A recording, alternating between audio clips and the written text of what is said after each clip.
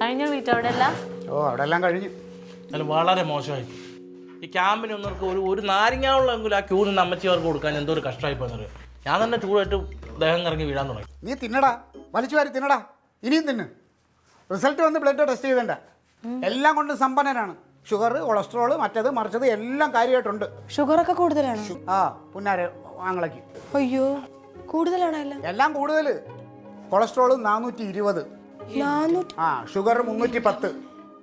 Cholesterol നാളെ anganwadi check ചെയ്ത് പിടിച്ചിട്ട് കൂടുതലായിരുന്നു. അംഗനവാടി ടെസ്റ്റ് ചെയ്തതല്ല, ഇത് ഉത്തരവാദിത്തപ്പെട്ട ഡോക്ടർമാരാണ്. എന്നിട്ട് എന്താ ഒന്നും പറയായിരുന്നു ഇവിടെ?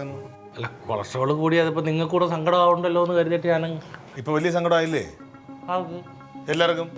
എടേ ചെറുത്താൻ പിടിച്ചത് അങ്ങോട്ട് പോയപ്പോഴത്തേനും ഇവന് തല കറങ്ങണമെന്ന് ടെസ്റ്റ് ചെയ്യാൻ വേണ്ടി വന്നപ്പോൾ തല കറങ്ങണമെന്ന് പറഞ്ഞിട്ട് അവിടെ പോയി ഉപ്പ് സോഡ കൊടുത്തിട്ട് അയ്യോ ഉപ്പ് സോഡ എനിക്ക് വേണ്ട, എനിക്ക് BP ഉള്ളത് ഉപ്പ് സോഡ വേണ്ടാന്ന് പറഞ്ഞ് 2 പപ്സും ജ്യൂസും കുടിച്ച് മഞ്ഞ വഴിക്ക്.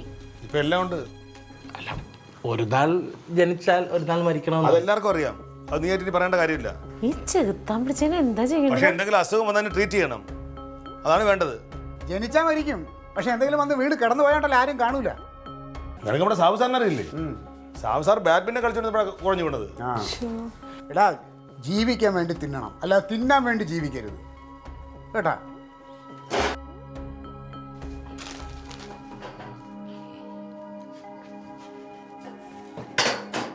അവനോ നന്നായി അവനോന് കൊള്ളാം. ഇന്ന് നമ്മൾ ചർച്ച ചെയ്യുന്ന വിഷയം പൊണ്ണത്തടിയും രോഗങ്ങളും.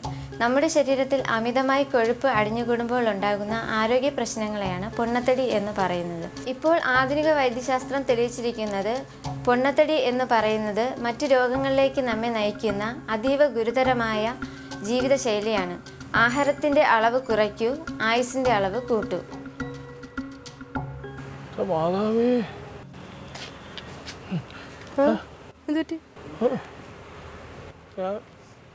സ്വപ്നം അല്ല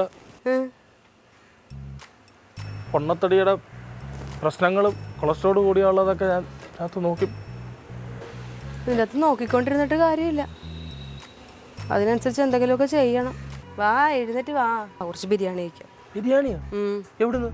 ആ തമ്പിച്ചേട്ടൻ്റെ നാടക ക്യാമ്പിൽ ഇന്ന് ബിരിയാണി ആയിരുന്നു, കുറേ മിച്ചം വന്ന്. അപ്പോൾ സുലു ചേച്ചി പറഞ്ഞ് കുറച്ചിങ്ങോട്ട് കൊണ്ടുവരാൻ വേണ്ടി ഞാൻ എടുക്കാൻ വേണ്ടി പോയതാ. എന്തുവാ? ബീഫ് ബിരിയാണി. ബാ വേണ്ട, വാന്ന് ഇച്ചിരി കഴിക്കേ. വേണ്ട വേണ്ട ലില്ലി, നോക്കട്ടെ.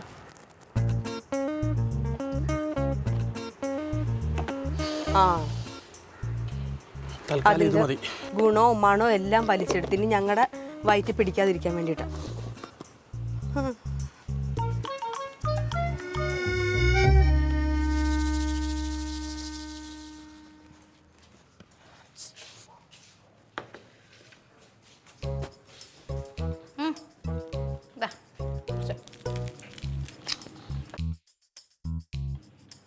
സൂപ്പറാണ്.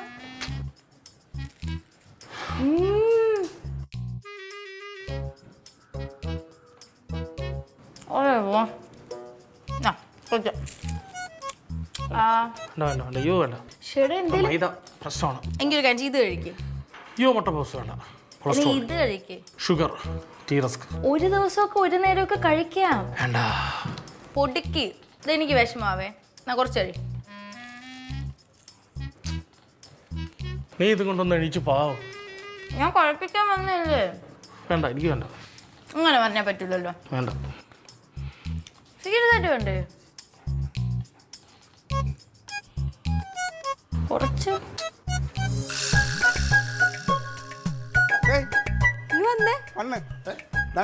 അതിന്റെ നടപ്പ് നോക്കിയ ക്ലീറ്റോ, കാറ്റഴിച്ചോട്ടെ ബലൂൺ പോലെ. പറ അസുഖമൊന്നും ഇല്ലാന്ന്. പറയണ്ട എന്തായാലും തൽക്കാലം ഇങ്ങനെ ഇരിക്കട്ടെ. അവനിപ്പോൾ എക്സസൈസ് ഒക്കെ ചെയ്യാൻ തോന്നിയല്ലോ. ആദ്യം പറഞ്ഞത് കുറച്ച് കുറയ്ക്കണം. വേണ്ടാ, ഇനിയിപ്പോൾ കുഴപ്പമില്ല, അത് കുഴപ്പമില്ല. നടക്കാൻ പോയല്ലേ? 4 റൗണ്ട് പൂജപ്പുര റൗണ്ടി ഓടി എല്ലാം നിർത്തി. ഇപ്പൊ ഒരു 10 പുഷപ്പ് അടിച്ചിട്ട്